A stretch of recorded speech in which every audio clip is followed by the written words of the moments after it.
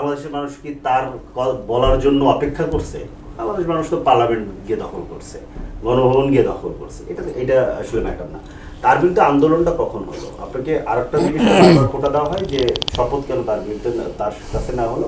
শপথের পুরো অ্যারেঞ্জমেন্টটা ছাত্র নেতারা যাওয়ার আগেই, পৌঁছানোর আগেই ক্যান্টনমেন্টে রাজনৈতিক নেতৃবৃন্দরা করে ফেলেছিল। পরে তারা বঙ্গভবনে গেছে, মনে থাকার কথা ৫ তারিখ রাতে বঙ্গভবনে কিন্তু ছাত্র নেতারা যায়নি, যাদের ডাকে গণঅভ্যুত্থানটা হয়েছে।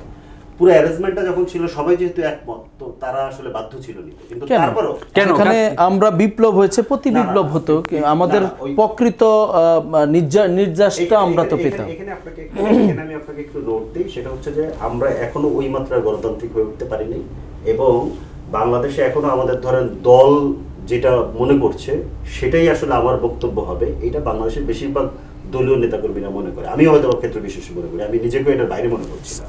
তো এই জায়গাটা আছে। এখন প্রত্যেকটা দল এই আন্দোলনের সময় এই গণঅভ্যুত্থানের অংশীদার তারা ছিলেন। একটা গুরুত্বপূর্ণ জিনিস হচ্ছে যারা ৫ তারিখে বিকেলবেলা, দুপুরবেলা, সকালবেলা রাস্তায় ছিলেন, একটু মনে করে দেখেন।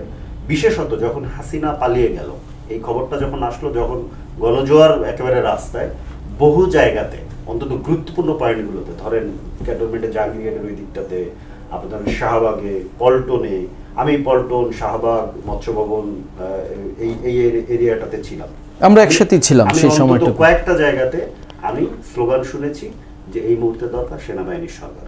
That was not a spontaneous slogan, এটা একটা মেকানাইজড স্লোগান। এটা আমাদেরকে, আমরা যারা এটা সময় আমরা এটা বুঝতে হবে যে এখানে এজেন্সি লোক ঢুকাই দিয়েছে।